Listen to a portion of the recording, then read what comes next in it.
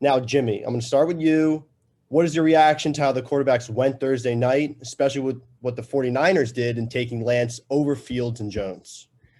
49ers had a really interesting conundrum here. They, at least if you listen to Kyle Shanahan, John Lynch, they really had their guy from January or February on. They knew that Trey Lance was going to be their guy. He was their number one on the board. He solidified that in the pro day and his interview.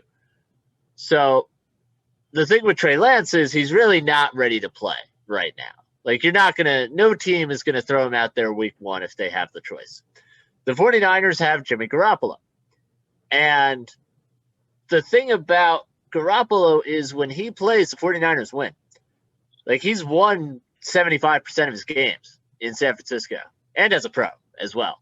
But specifically in San Francisco, they are 22-8 to be exact when he plays. And this is a guy who was really one throw away from winning the Super Bowl in 2019 with the 49ers. The problem is he's hurt all the time. And the thing that slightly concerns me about the situation that Lance is going into is if Garoppolo were to get hurt, like he did last year, he only played 6 games, like 2018 when he only played 3 games, Lance would have to play right away. Is that the best thing for him? I don't know. Now, he's also not going to entirely learn by sitting on the bench either, but he's still got some work to do to be ready for the NFL game. I do ultimately think he'll be good, and I think he's going to a really nice situation, and I'm happy for him on that front.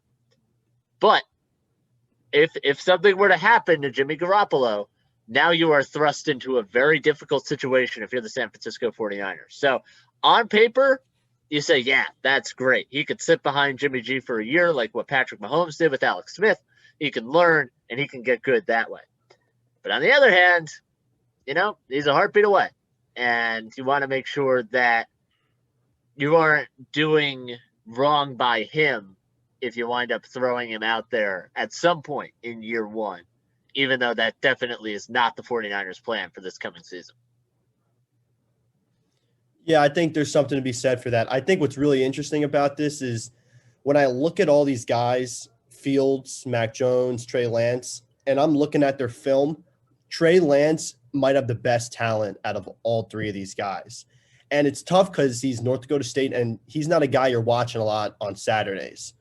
And he hasn't played in a while. I mean, the last time he's had a full season, he lit it up 28 touchdowns, no interceptions, but we didn't see him with the COVID year. So I think there's a lot to be said about how he's going to make the transition to the NFL, and I think he's a guy who really has to sit out a year. I mean, he has elite athleticism, great frame, he's 6'4", and I mean, he can run. I mean, he's a dynamic playmaker, this guy. So I think if it was if you want to take the shot for him, he's got the highest ceiling out of anybody in this draft.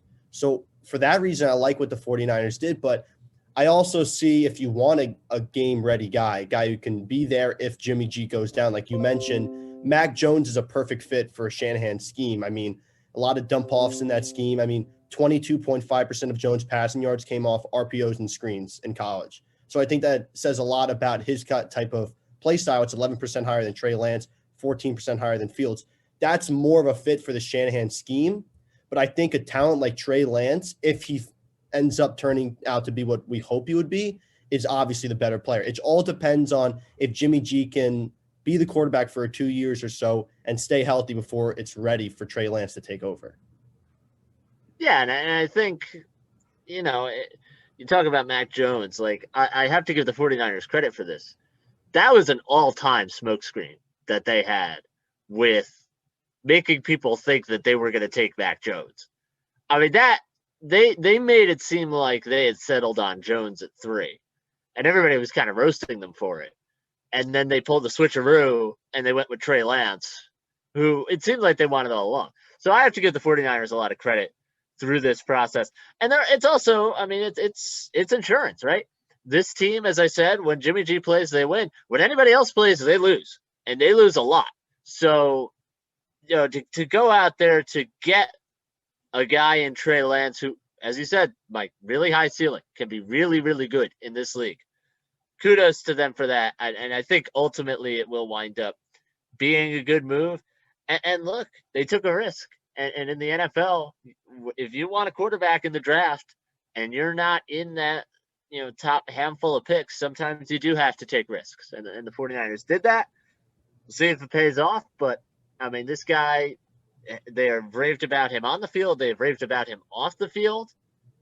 And I think it's a pretty good fit for what they're trying to do.